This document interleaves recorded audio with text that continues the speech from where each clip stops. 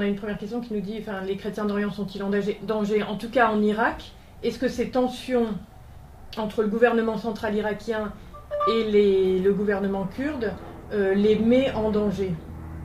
Non, parce que ce ne sont pas des conflits qui sont dirigés directement contre les chrétiens, hein. Donc, il y avait le Kurdistan historique, et pour contrer le Daesh, les Kurdes avaient pris des terres qu'on appelle des terres disputées, donc avaient agrandi leur Kurdistan dans le cadre de leur combat contre le Daesh. Et c'est ces terres disputées que le gouvernement irakien a récupérées en quelque sorte.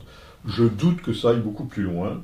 Je vois mal quand même le gouvernement irakien envahir le Kurdistan historique, ce que Saddam Hussein aurait voulu faire, ce dont il a été empêché par les Américains, mais il avait quand même, je me permets de le rappeler, gazé 3000 villages dans le nord de l'Irak. 3000 villages dont les habitants, les familles, les enfants ont été gazés par l'aviation de Saddam Hussein.